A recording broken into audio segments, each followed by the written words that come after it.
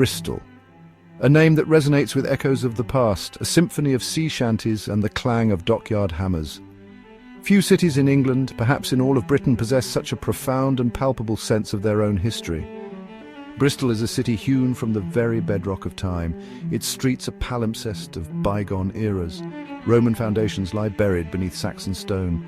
Medieval alleyways thread between Georgian terraces, and Victorian engineering marvels cast long shadows upon the bustling harbour. To walk the streets of Bristol is to embark on a journey through time, a captivating exploration of a city eternally entwined with the ebb and flow of history.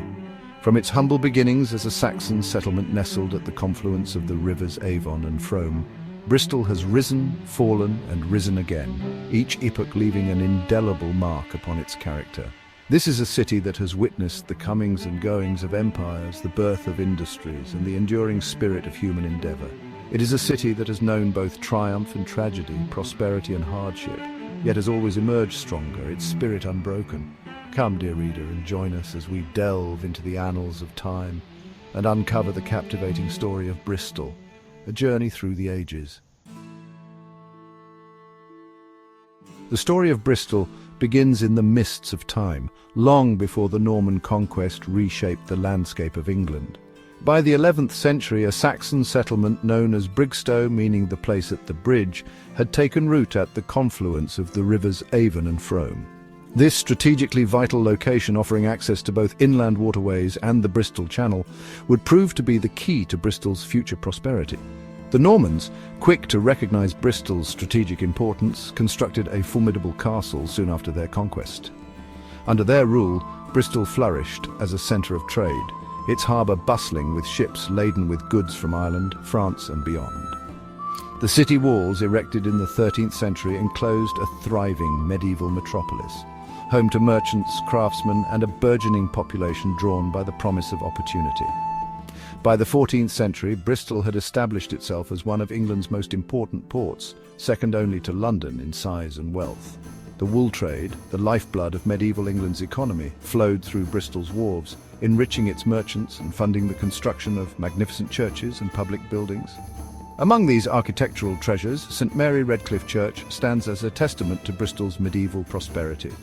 Described by Queen Elizabeth I as the fairest, goodliest and most famous parish church in England, St Mary Redcliffe's soaring spire reaching for the heavens serves as a reminder of Bristol's piety and architectural prowess in this golden age. The age of exploration dawned, and Bristol, ever outward-looking, embraced the challenge of the unknown. Its intrepid mariners, driven by a thirst for adventure and the lure of new markets, set sail for distant shores. John Cabot, a Venetian explorer in the service of King Henry VII, sailed from Bristol in 1497 and became the first European since the Vikings to set foot on mainland North America. Cabot's voyages, though ultimately unsuccessful in finding a westward passage to Asia, opened up new horizons for Bristol's merchants and cemented the city's reputation as a cradle of exploration. The Society of Merchant Venturers, established in the 16th century, became a powerful force in Bristol's affairs, financing expeditions, promoting trade and shaping the city's destiny. As England's maritime power grew, so too did Bristol's fortunes.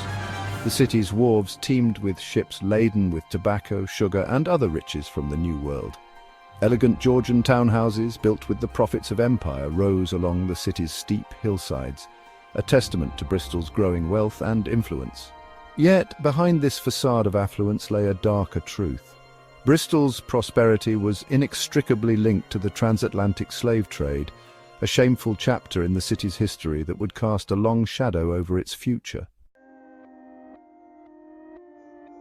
The 18th century witnessed Bristol's apogee as a mercantile powerhouse. Its ships dominated the transatlantic trade routes, carrying manufactured goods to Africa, enslaved Africans to the Americas, and plantation products back to England. Fortunes were made and lost in the sugar boom, and Bristol's merchants grew fat on the profits of this inhumane trade. However, the conscience of the city began to stir. Abolitionist voices, led by figures like the Quaker philanthropist Hannah More, grew louder, decrying the horrors of slavery and demanding its abolition.